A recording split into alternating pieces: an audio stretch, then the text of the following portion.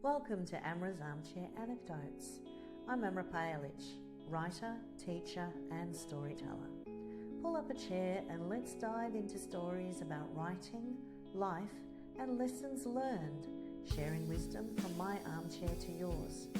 You can find the episode show notes, your free episode handouts and my how-to guides at amrapajalich.com/podcast. And now it's time to dive in.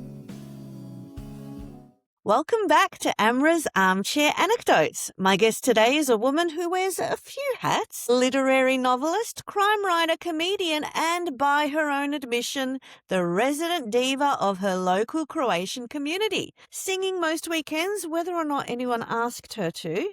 You may already know her online as Teta Yela, the auntie who says the things the rest of us only think. Her name is Jelena Curic, and her debut novel, Sing to Me, was published by Westwords in 2025. It follows Pero, a Croatian immigrant in 1980s Western Sydney, a flawed and fascinating man who, when Tito dies and his mother health fails, returns home to confront family secrets, a father who won't speak to him, and the long shadows of a war-torn past. It's a story about silence, forgiveness, and the song the soul forgets it knows.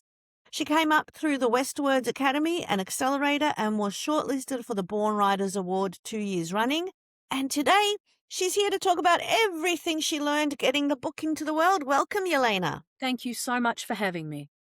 I just have to say that I personally, I love Teta Yela, and I can't wait until we start talking about her. Thank you. I've got a real soft spot for her as well. When she talks, I'm like, oh, she's my grandmother, she's my aunt, you know, she's every Balkan woman out there.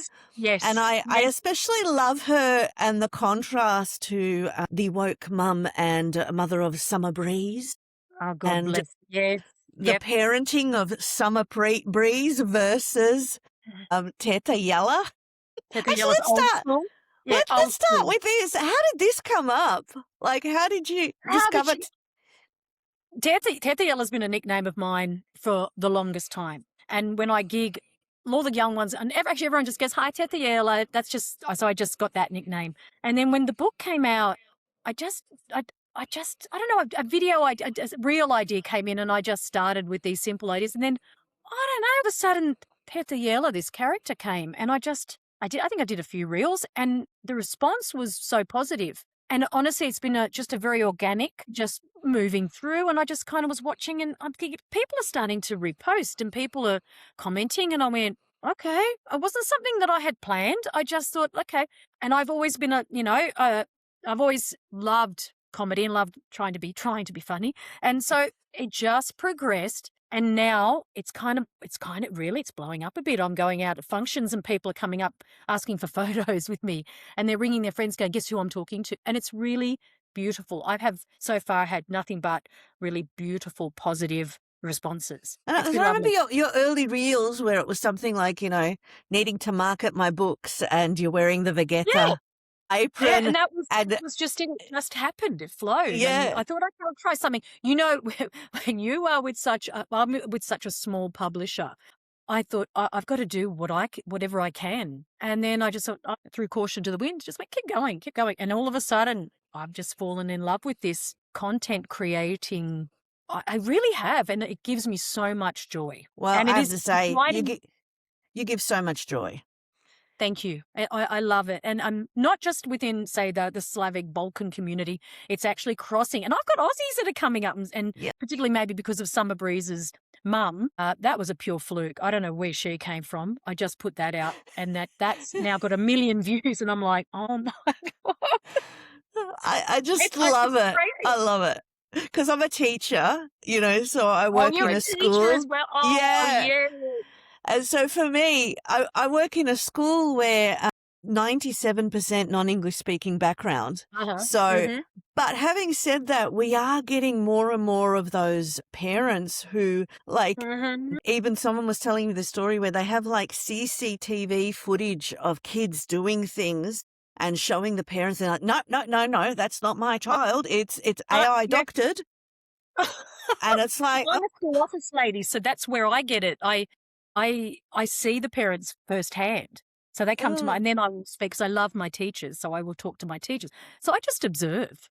I yeah. just watch what's going on, and parenting has definitely changed. It really has, because Very also, much. like, the ones who are the migrants, and especially the newly arrived migrants, they come with so much respect for education and so much Mhm. respect for teaching and the opportunities and the doors that it's going to open. And then there's the other side where it's a bit like, I don't know, and I'm like, Can as a I? parent and as a teacher, it breaks my heart because I'm like, you're not helping that kid by Oh, not giving but them can I tell you? consequences. Can I tell you that the if you want to call it that woke, maybe way too involved parent is actually crossing cultures now. I used to think it was perhaps just more of an Anglo-white kind of thing. It's not anymore. It is Mm. crossing into every continent. It's crossing every nationality. And I'm noticing that more and more, almost an expectation. Where we were from a generation, our parents have said, what are you doing wrong? You, it's not what, it's the onus was on you as a child. You get in there and learn. And now everyone's going, what is the teacher doing for you? What is the teacher? And that's crazy. It's like, what? Well, the vast majority of teachers they're brilliant. They do the best that they can, and they want it, and they're there to teach your child. But what the expectations from parents is, it's too much. I'm going to be honest. I'm finding it too much, and it's very draining on teachers. Very, very draining. Yeah, because they're supposed to be partners. Like, Yeah, as a absolutely. parent, you are there to advocate and to be the soft place for your kids, but you are Mhm. also there to parent and to set expectations and, to work in partnership with the school to, Absolutely. get your kid to get the most out of it. Yeah, it is interesting because, like, I did the hard yards with my daughter in primary school, and now she's one of those really wise teenagers who's very much, her brain does not match her chronological age. I got one of And those. Yeah, I got. yeah, maybe it's the only child thing, because have you got an only Well, child no, also? I've got a boy, but boys are a different breed of animal yet again. So Uh, they belong on a different planet. They are yeah. very different. He's just very different. But in saying that, they were both during school. I didn't care. I used to go, okay, what did you do? Don't tell Mm, me what, I think I only had to go up to the school once because of some sort of, another boy had crossed the line. And that was about it. I was not the parent that kept constantly coming up going, my child, my child, my child. No, they say to yeah. them, you guys have got to learn to work that out. When you go to work, you've got to learn to Mm-hmm. work with a boss that you might not like. You've got to learn to Mm-hmm. work with people that you may not click Yes. with. It is just what it is. Yes, and that's the thing I tell my students. I'm like, there may be a lot of things about school that you don't like and a lot of things that you think you're learning that aren't maybe of benefit to you. But learning to wake up, to be there on time, to do things you Exactly. don't like Exactly. doing, to Exactly. push through, to get along with Mhm. people. Yep. Because, we are grown-ups. We work with a lot of people who are different to us that we don't like, and that's just life, darling. Life in the Amen. big city. Yeah. Amen. Anyway, well, to go back to Teta Yela, she is awesome and she is the best fun. And also, you actually got a second print for your book, I think, based Yes. on Teta Yes. Yeah. Yela. You want to talk that through? As in, sorry, the second print. Yeah, yeah. So do you think that Teta Yela and the social media and, like, you really got built an audience? Yeah, yes, yes, I dare say it. Yes. Look, for me, I have struggled. For me, I think getting books into bookstores has been a struggle for me. For somebody who is you would think of me as this incredibly confident, out there person. I struggle going into places like that, and people, the shop people looking at me like, oh, you sad little thing, and I take it really hard. So I found really difficult. So I thought, okay, no, maybe I'll just keep trying to push it through that online. That online was an easier option for me. Look, we can talk about like publishing. Gosh, I've learnt a lot. Well, let's start. What Yes. what is it that writing Sing to Me taught you that you don't think could have learnt from, workshops and stuff? What were the big surprises? How incredibly difficult it was. How Mm, incredibly difficult it was. You know how they tell you childbirth is going to hurt, but not until you're actually in it. You don't understand.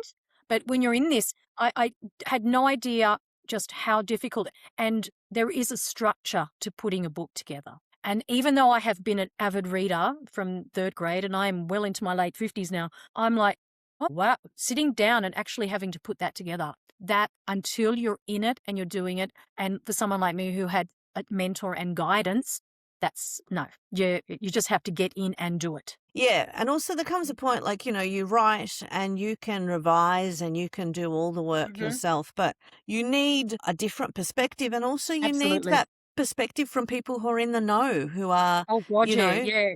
That was yeah, where I was incredibly ignorant. I didn't get it. And then the light every now and again the light bulb moments would come on. Oh, now okay, now I understand what you're trying to tell me. But it was hard. It was really, really, really hard. and did you have to submit many places, or Look, I did for I think I submitted all over the shop for ages, but I didn't. It wasn't until I came across, say, got into the Westwards Academy and then got into the accelerator program that I realized, okay, I really needed that guidance. I needed a mentor, and I needed someone to go, no, no, let's go through this with you because I can get. I'm under the impression with the bigger publishers, they're not willing to do that. It's no, you better have your act together now, and it's got to be ready. Whereas that's why I think it just wasn't going to happen because I just didn't know how to do that. it's I getting needed my hand harder. held. Yeah, yes, yeah, and so I thought that's so. I realized no, that was perfect for me. For someone like Mm. me, that was the best thing that I could. And I learnt a lot. Needed to have my hand held going through this, and I was Yeah, and happy. that's the thing. And a lot of people are now encouraged to, get mentors during the writing Mhm. process, and then also who will support them in the publishing process and Yeah, I was in really all of lucky. that. Very lucky. Yeah, because there's a lot less opportunities now. There's Mm. a lot of amalgamation of publishing houses, and so you're kind of in this really like, oh, it's your one chance and that's it. You can't blow Yes. it. Yeah, and and I have friends who've been trying to get deals, particularly say with the bigger publishers, and you're right, and it's getting harder. And I don't know if I'm wrong in saying this, but the scope of what they want is getting narrower. If a story like mine, they weren't interested, or they just didn't. But what am I going to do with that? It isn't it. If you're writing, and I'm not putting in no disrespect to any of these writers who write these genres, but if romance, romantasy, crime, but particularly crime set out in the outback, there are certain things that are okay. We know that'll sell. They call it women's lit, or that kind of. Women's fiction, yeah. Yeah, women's for that kind of but I don't that's not my thing, and I don't know, that's not what I read nor what I write. I love Mm. crime, but I'm kind of a bit tired of it being set in an outback. I can't, or a coastal town. I would like something that's a bit can we just broaden it a bit? That would be beautiful. So, yeah, and it's hard. It is hard, hard, hard. And I think you've just got to, with writing, with writers, we're just artists and we're emotional, and you can really beat yourself into a really sort of scary place sometimes where you can get quite down on yourself and think, I'm not good enough. I'm never going to get there. That's the nature of art. And even more so now, it's just getting harder and harder. Well, that's the thing. I kind of, one of the things I keep saying to people is if you're not getting an acceptance, it's not a reflection on you. It is not a reflection Yeah, on your no. writing. It really is just so much the shrinking market. And I was traditionally published and I had lovely apprenticeship into the publishing industry. And now I am indie and I run my own small press and I do everything myself. And I am very happy at this point in my life doing that because I want complete creative control. Which I see, Um, I love that. That to me is heavenly, and that's why I love being with someone, a smaller Westwards books. I was never under any pressure to. You got to sell. You got to sell them. You got to make money. I was allowed to write the book I wanted to, and now I can with book two, which I think will come out next year. It'll be I can promote it my way. I can do. It's my book. mm. And we work together. But there's that beautiful support and the lack. There's no stress. No one is screaming at me. No one's going, I'm not worried that I'm just going to be dropped. See you later. We're not interested anymore. Yeah. So And that's the reality for a lot of yeah. publishing houses, and it's happened to a lot of A lot writers. of great writers. I'm hearing that it's happening to a lot of writers who have established and have sold books, and they're just getting flicked. Yeah, I remember at one Mhm. point, I think when my anthology Growing Up Muslim in Australia was published, and I was going to a lot of bookish events and talking to a lot of people who had been in the industry for so much longer than I have, and they were like getting advances that were smaller than ever, or struggling to get a publishing deal at all. And I was just like, wow, Mhm. because you have this thing of when you get published, you've made it, it's all good. But Yeah, no, it's not how it works. yeah, I was on maternity leave when I had my book published, and I resigned from my job because I was like, Mhm. well, I made it. Mhm. Mm. Not the best decision. No. Yeah, I know. Oh, look, I learned that back in the 90s when I was, had a recording deal and you think, oh, set, beautiful. Mm. And when your second single doesn't have the success that they had hoped for, there's no album. There's just a letter in the mail telling you, see you, thanks very much, but we're not going to keep you on anymore. So I learnt the hard way. So now I don't look at it. I just look at my aim was I wanted a book. I've got a second one that I really very different, but that's okay. Am I waiting on money? Oh, please, please. I'm not committed. It's okay, baby. I got a little part-time gig. I can survive with that. But no, it's more for me, and it's the book. It's the art of the book itself. It's just having this story that I'm proud of and put it out there, and That's the thing. I wanted to talk about the ethics of telling a hard story because, and correct me if this, tell me if this is all correct, but Piero's father is a former fascist soldier and the Mhm. persecution of Romani people sits inside the story. So how did you decide how much historical weight the novel could carry, and how did you sort of Yeah. mediate those hard, because that's something I've grappled with too. It's hard. It was really, really hard. I had that fine line of there had to be some truth in it. There had to be. It's a part of history, and it was a part of the storyline. The character had to go on. He's going on a journey, and the fact that he doesn't speak to his father, and I don't want to give away anything, but what happened to his father and the reasons why his father does what he does, there has to be some truth in that, and it has to be. I think there has to be that heaviness there to make you understand. Oh, okay, now I understand why he made those choices. What was going around what was happening around him, his life. Why did he do these things? And it's a tough one. And I had to be careful because I didn't want to upset my own community, which because I'm a Croatian girl. You never called me Yugoslav growing up. I was Croat. That was who I am, and it's still very much part of who I am. So there was that fine line, but in it, I'm telling a story. It's still Yes. it's fiction. It's not based on anybody. I've had people go, it's based on so-and-so. Someone said, I said, relax. It's not actually based on anybody. It's just this story. And I chose that period of time because I am old. I'm that first generation from a first generation Croatian here who heard all these stories growing up. And so that was a story that I wanted to tell. Plus I'm a musician and I wanted music running through it. I don't know where this, and then this, and I was always fascinated by the whole Romani gypsy culture. So when I went there in 79, I was fascinated by it, terrified because everyone made you sort of say you had to be scared of them. And I just went, I was 11 and I thought these people are fascinating to me. But I was terrified. I didn't want to go anywhere near them because everyone was putting the fear of God into you. But I always stayed with me and I just thought I just wanted to tell a good story. I wanted to tell a good story and I wanted to take this, when you're reading it, I wanted you to go, oh, okay, now I get why these things were happening. And they were perhaps valid. You just didn't pull them out of the air. There is a part of this history that a lot of people don't get, but but it was hard. I had to really think and hopefully know what I was talking about. And that's the thing now as writers, after the book is published, we deconstruct the deep ideas. But at the end of the day, we're artists. It just comes to us. We just get these images and then we're like, oh, that's interesting. I'm just going to go with that. And then you're like, well, I don't know where that came from, but I'm digging it. That's good. It's amazing how you're so right. I don't know where some of these stories will come. Oh, I'll go, I don't know, just, hello, I'm having a coffee because I would go out and always have a coffee in the morning, take a little notebook and I'd go, okay. And then I'd write a sentence, I'd come home and then I'd work from there. Or I'd be at a gig and I don't know, and there'd be a song I was singing or I was listening to one of the boys sing a song and I'd go, that the sentiment behind that song would hit me and then I'd write. Or I'd hear stories from the boys we'd be talking about, older musicians and things that they would talk about. And so I'd just make notes. Yeah, that just comes. And I was lucky enough to be a part of, a world where I could listen. And also then my mother would sing. She's constantly singing to me all these songs that she made up as a young woman. So I would just write. I'd go, stop, and I'd write everything down. So I love it. It's so good. It's Yeah. So I just wanted to sort of touch on that, in terms of the identity and the culture and creativity. So you touched on it a little bit in terms of the way that it shaped you and hearing all these stories and being part of the Croatian culture. But I also just wanted to know, because I feel like a lot of us, or I'm just going to talk about myself and then I'll let you see.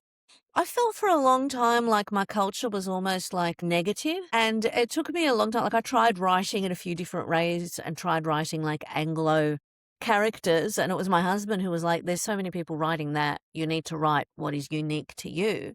So, is that something that you sort of struggled with also in terms of writing something that you think is going to be published, or something that you think that is going to work versus what the voice is and what the story that you want to tell? I'm going to be honest. I no, I that never. I just write what I can only write what I can write. What I know, what my story is, and I knew. I think I always felt like I wasn't. I think I part of you was. I'm sure that a big publisher will see me and think this is amazing, and then I realized that's not gonna. This is probably a story that's not that easily accessible for them, or they know what to do with. So I thought I'm not going to change to suit another market or the market, because that's not why I wrote the book. In the end, it was just the story that I had to tell. So I never felt, and you can tell. I think you can tell when a writer's, almost faking it. What am I going to start writing, about characters that I don't get, I don't understand? I just wouldn't. I couldn't do it.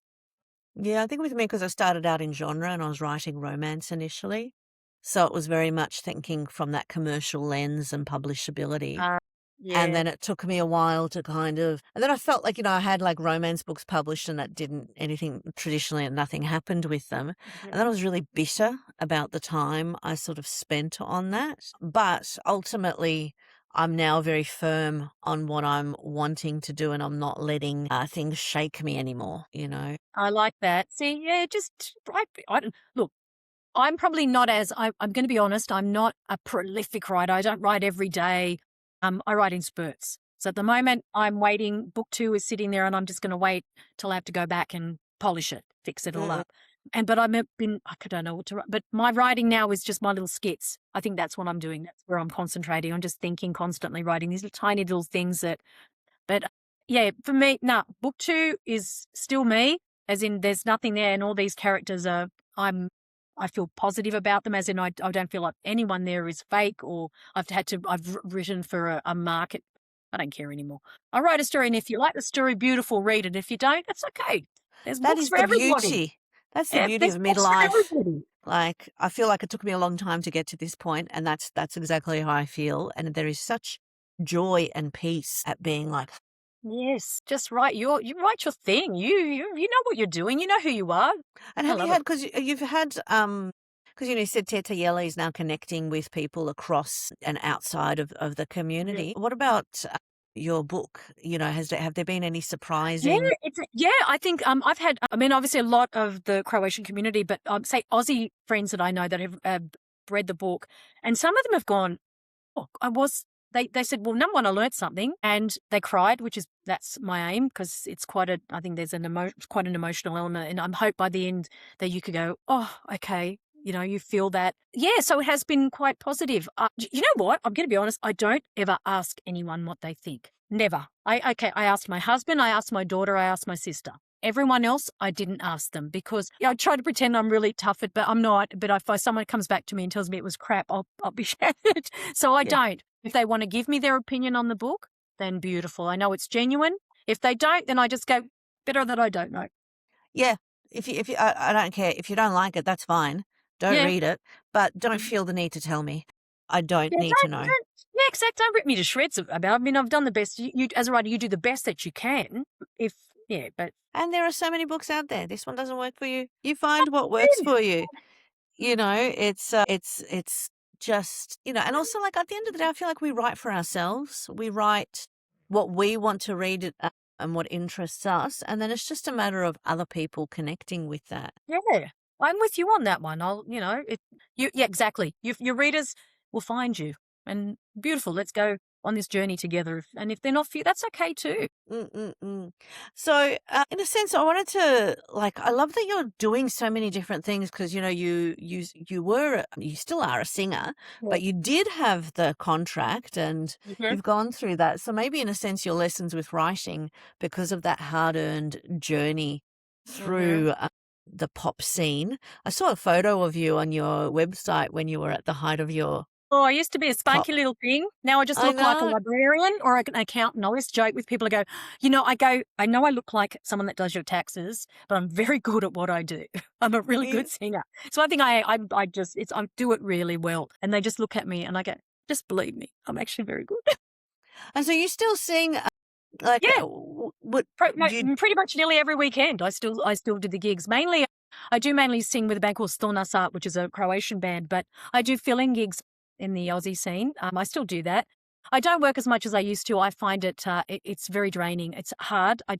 Physically, I'm finding it tough. I've still got I have a part-time day gig. I've got the writing. And I've got my family. It's a lot. So I don't want to mm-mm, work constantly. mm-mm, And it's enough for me. I love it. I still go out and that's my social life because I'm a very antisocial person. I don't go out. So for me, that is my social life. mm-mm. And so, do you think that, in a sense, every industry, it's like you're supposed to have one clear lane, but you're sort of going between, and now you've got Teta Yela and the comedy Mhm. and that. Are you finding that people are very receptive and it's all just sort of working? Absolutely. Yeah. Yeah. The ones that like Teta Yela and the comedy, they like that. The ones that maybe those that will read the book, are interested in reading the book. The music is that I'm at gigs. People will turn up to a gig. It's yeah, I don't know. I can do it all. It doesn't. No one has said to me you can't. What are they going to say to me? No one owns me. No one's paying me just to do one thing and say you can't do it. No, this is my. I'll do whatever. I'll do whatever I want. And Well, I that's the love it. thing. What are your Well, exactly. I feel like there's so much you're supposed to even in this podcast that I'm Mhm. doing, my thing is I just want to interview people I find interesting and learn from people. I think that's wonderful. Yeah, and share lessons. And then, I get these emails about podcasting Mm. and stuff, and they're like, niche down, niche down. And I'm like, Why? I don't know. I don't want to niche down. I just want to talk. What I love that if you just why do you I don't get this. Look, when I get I love podcasts. I'm a podcast true crime. My God, I'm obsessed. So, but I know what I'm getting when I get and I'll find whether it's your traditional your murder, they're sort of or swindlers. I love a good swindler story. There's different genres, but no, this I know if I'm going to listen to a writer, I don't expect every single writer that someone has on the podcast to be all romance or all No, we're we're we're multifaceted. We're all absolutely different. yeah. Mm. So, do you want to tell us a little bit about this second book, and is it different to your first Oh, one? very different. This one is crime, but it's crime set in the late 80s. And Mm. it's two mates, just two young petty crims who are somehow get themselves involved in a crime, in a murder, and with some big wigs and they're like, how did we get here? And it's fun. It's very kitsch. It's fun. It's based on a couple of real life situations, things that or people that I knew in the past. So I've used that, and it is just a lot more. It's fun. It's just Mm. yeah. I really actually really very different from the first book. Yeah, I'm doing a crime series at the moment, and I love Yeah, oh yeah, I know. crime So yeah, fiction, and yeah, it's my happy place now. yeah, I saw something about in our 20s and 30s, we're looking for a partner, we're into romance, and then we go through menopause and we want to kill our husbands, and so we're into crime. but it's beautiful. It's so true. Yeah, yeah, because I've been married 29 years. There's a Yeah, lot. I've been with mine. I think we're coming up to 40 years this year together. Yeah. Yeah, see, I have to go. I don't remember. Yes, it was about 40. Yeah, so we've been together a really long time. Yeah, and there's a different, you go through different relationship decades in a Oh sense. my God, yes. Mm. Yes. And this one is nice because nothing to prove, nothing, and you just are, and you just kind of keep growing as Mhm. people and growing side by side. But it's just, there's still romance there, but it's just changed shape. Yeah, I agree. It's a different. Love is really interesting. This whole the way love changes that shape of love within a relationship, and the longer you go, because we're quite currently sandwiched because we've got both mothers that we kind of have to keep an eye on, take care of, and then we have my kids are in their 20s, but I still have to keep an eye on. I feel like my daughter's forever saying, "No, you don't." But I go, "Well, you're still my child. I mean, I know you've moved out and you're doing your thing, but I will always, are you okay? How you paying your mortgage and all that's those sort of things." So I'm still feel like I'm kind of balancing, and I'm trying to take care of him as well, take care of myself. But I always, I don't care what anyone says. We carry the emotional load, and we put ourselves last all the time, and everyone's emotional crap gets thrown on us. It is the way it is, and it's just making sure that you somehow stay buoyed up. Because my God, it's hard. It can get really, really hard. It can. And we were talking before we started recording about menopause.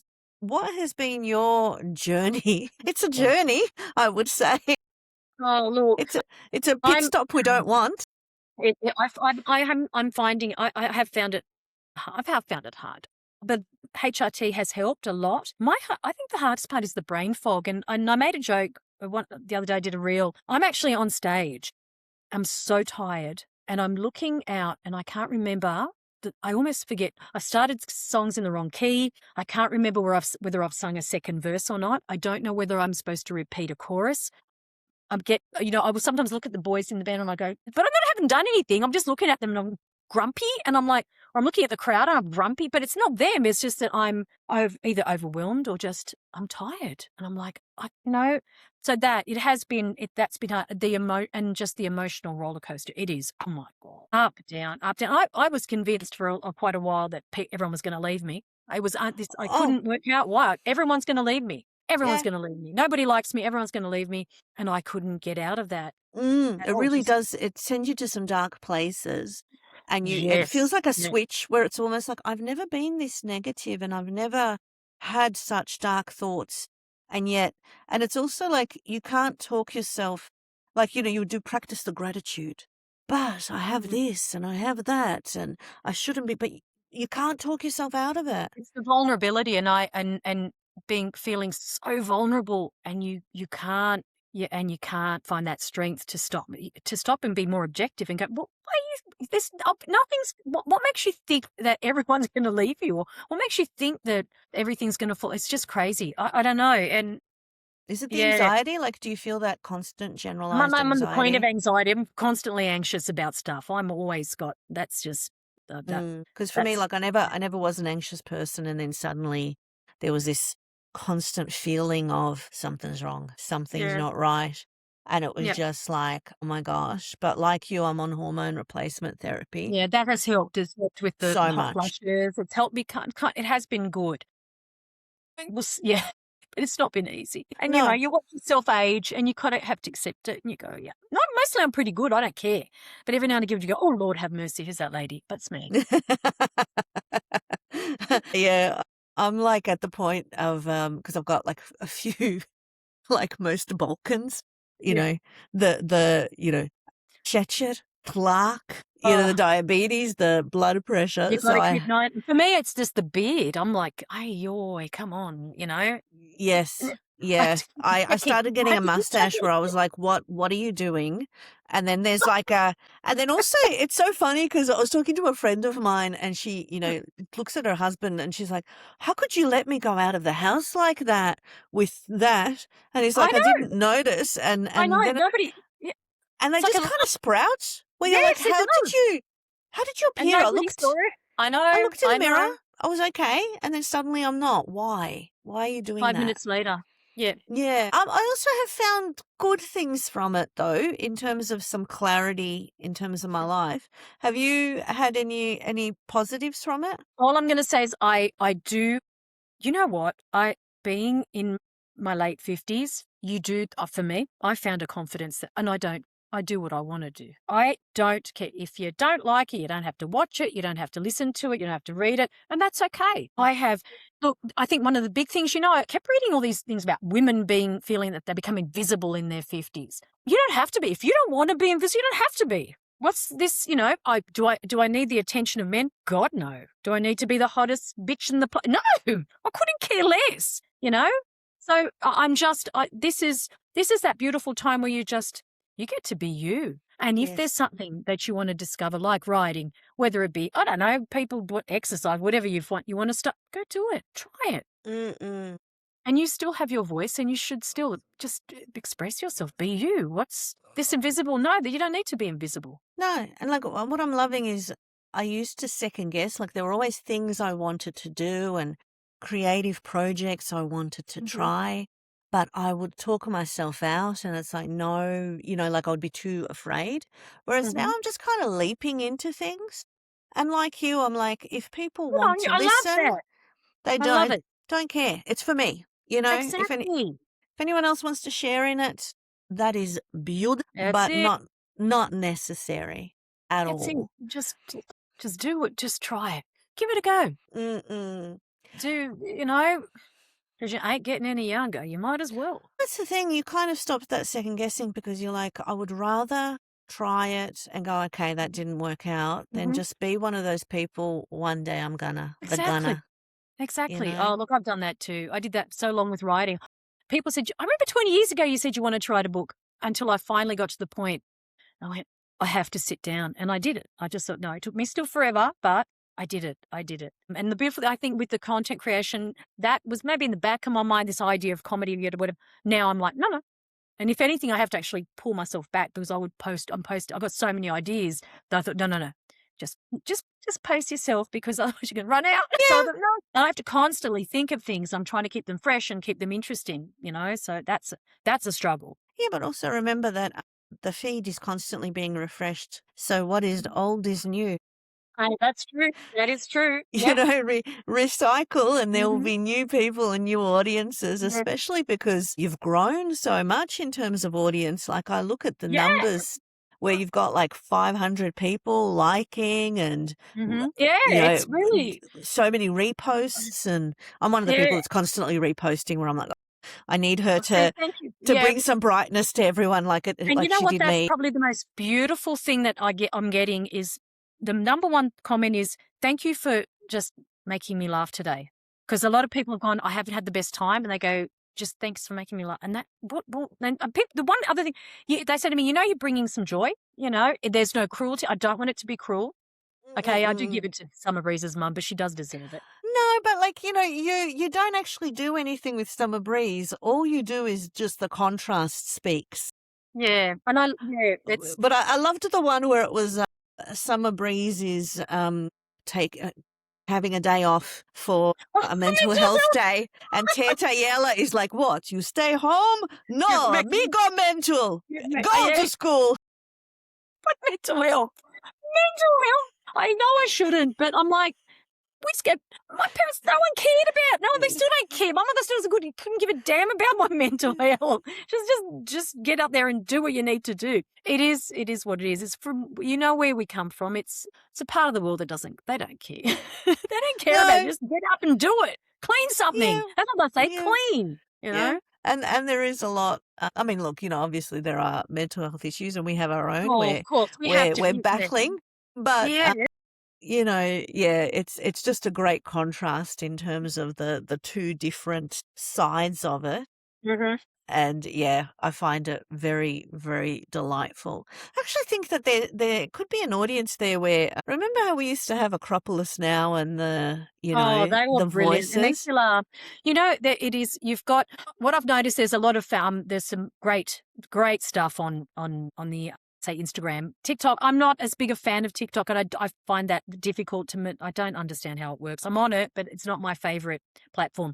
But Instagram and Facebook, because I'm old and Facebook, I like Facebook and my people love Facebook, that you've got a lot of males. It's very male dominated. There's a couple of women which are fantastic. So I kind of saw also that there was a bit of a market. I thought, wait a minute, there's no kind of, we've got like a guy, is it Balkan Dad, that he does it. But I thought, I like this. There's a spot here, for me. So I thought, okay, we'll give it a go. Yeah. And I'm also, because my feed is getting more because I'm descending more into the Balkan world, and I'm Mhm. loving people who are talking about our language and the way that, the sayings in our language. God, I think that And when really you resonates with people. yes, Yeah, some when of you the language. translate it, it's like, Yes. yes, yes, something about, Summer Breeze and Teta Yela might have to have an interaction. Poor child will need therapy. Well, there's actually one well, okay, I've got an idea. I always have about 3 reels ready to go. I just like to Yeah. know that I've got stuff there. And, yeah, there's one coming up with Teta. Teta has a chat with, Summer Breeze's mum. So Oh, I can't wait. Oh, this is gonna be delicious. I hope so. No, no, no. I'm sure it will be. It is fun. But I think what Mm. you're demonstrating also with it that, sometimes like we overthink this whole social media strategy, trying to be slick, No, trying to yes, 100%. I'm with you. yeah. Yes. And I'm like, you know what? I don't care. I just pull it out. I don't care. I just throw it Mm, out, throw it out. If it works, it works. This is because I don't get that. I don't get or a lot of it how it works because that's just purely an age thing and an ignorance on my part that I just don't understand how the algorithms. I don't understand how that works. So, but all I know is what does work is that some people will find it or they find it, they post it, and they send it to friends, and people like it. So you know, mm. I like some things more than others, and that's okay. But I like trying maybe the odd different thing just to, you know, was this going to work? I wonder if that'll work. And even if it doesn't, that's okay.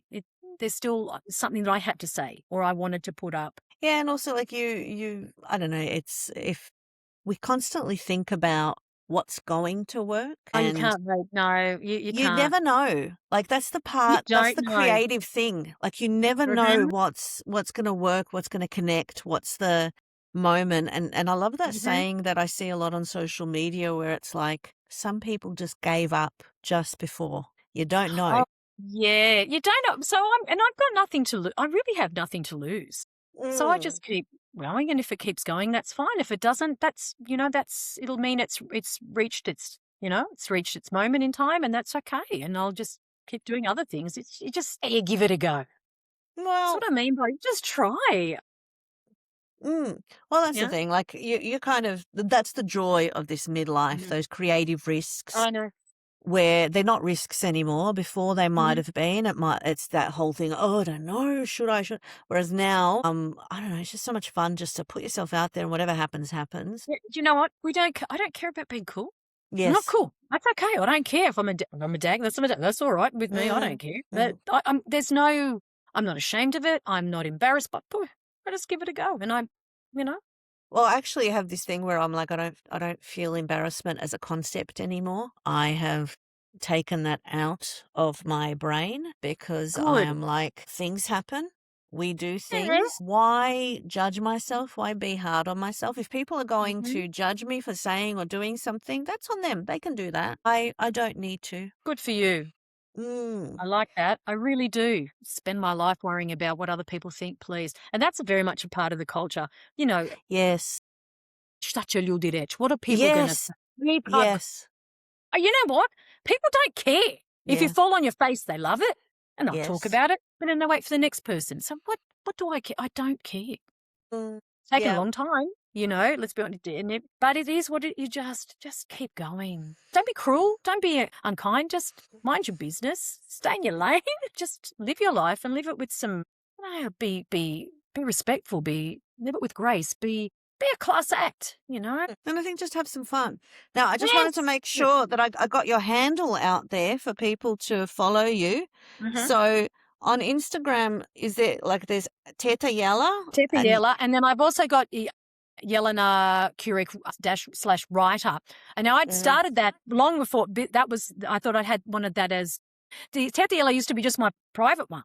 And then Mm, Jelena Curic was the writing one. And then all of a sudden, oh my God, all this. And I just ended up taking all pretty much my private stuff off and just using, once it all built, I just kept Teta Yela as the place for the reels. And now it's like, oh gosh, I wish I could amalgamate the two, but it is what it is. I've got them separate. I wasn't anticipating that Teta Yela was going to take off like it did.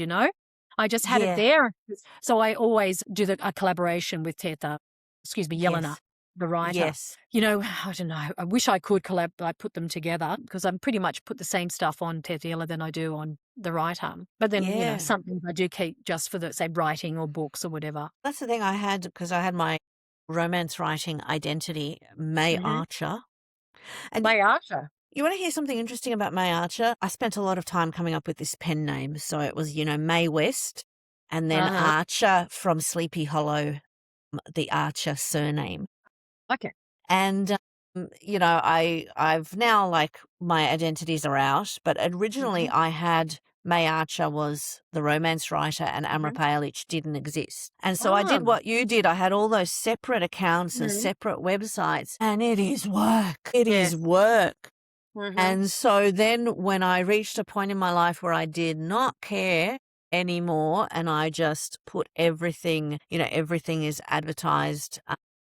I still have the romance novels under my romance name just because I'm a teacher and I did write young adult. And I was like, I don't want any young people thinking sugar. That's my alarm. So I have to keep it separate just in case, because I don't want young people sort of reading it. But yeah, it is so much work. What would your advice be for anyone who's sort of navigating that? I look, my situation is a bit, because that was my own personal one that I used to have. I had it closed off, like you had to ask to follow.